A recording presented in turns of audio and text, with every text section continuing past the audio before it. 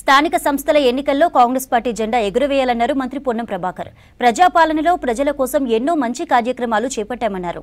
అందరూ కలిసి సమిష్టిగా ప్రభుత్వ పథకాలను ప్రజల్లోకి తీసుకువెళ్లాలని సూచించారు. హుస్నాబాద్ బిడ్డగా సమర్థవంతంగా పనిచేస్తున్నానన్నారు పొన్నం. తనకు బలం తోడవ్వాలంటే పంచాయతీ ఎన్నికల్లో అన్ని స్థానాలను కైవసం చేసుకోవాలన్నారు. ఇందుకు కార్యకర్తలంతా కృషి చేయాలన్నారు.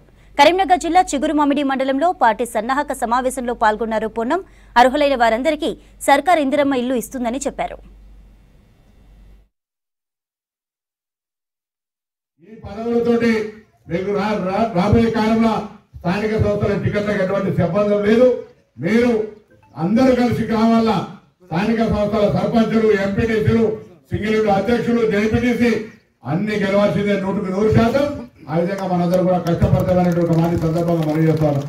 ఈరోజు ఎందుకు చెప్తున్నా అంటే తెలంగాణలో ప్రజాపాలన మీ అందరితోటి మీ అందరి ఆశీర్వచనతో అధికారంలోకి వచ్చిన తర్వాత ఇలా రాష్ట్ర వ్యాప్తంగా అనేక కార్యక్రమాలు జరుగుతూ ఉన్నాయి.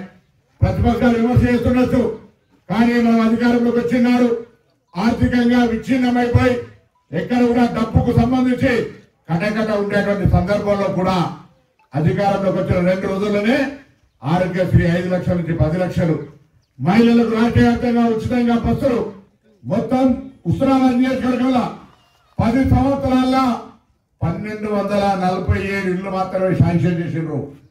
శాంక్షన్ చేసిన 1247లో 443 మాత్రమే కట్టిండ్రు. 443లో 243 మురుగనూరులో కట్టిండ్రు, 160 హుస్నాబాద్ టౌన్ లో కట్టిండ్రు, 40 హుస్నాబాద్ మండలంలో తప్ప మొత్తం నియోజకవర్గంలో ఎక్కడ ఒక్క ఇల్లు కట్టలే. ఇలా హుస్నాబాద్ నియోజకవర్గం ఎక్కడికి వెళ్ళినా గౌరవం పెరిగి కనబడుతుందా, లేకపోతే మనం ఎక్కడైనా అవహేళన చేస్తాం? ఇటువంటి అసెంబ్లీలో కానీ అభివృద్ధిలో కానీ అందుబాటులో కానీ సమర్థవంతంగా మనం పనిచేసుకునే విధంగా ఎక్కడ లోపం లేకుండా ముందుకు పోయే ప్రయత్నంలో నాకు ఇంకా బలం రావాలంటే సంస్థాగతంగా కాంగ్రెస్ పార్టీ గట్టిగా ఉండాలి. ఈ కార్యక్రమాలను ఊళ్ళలో తీసుకుపోవాలి.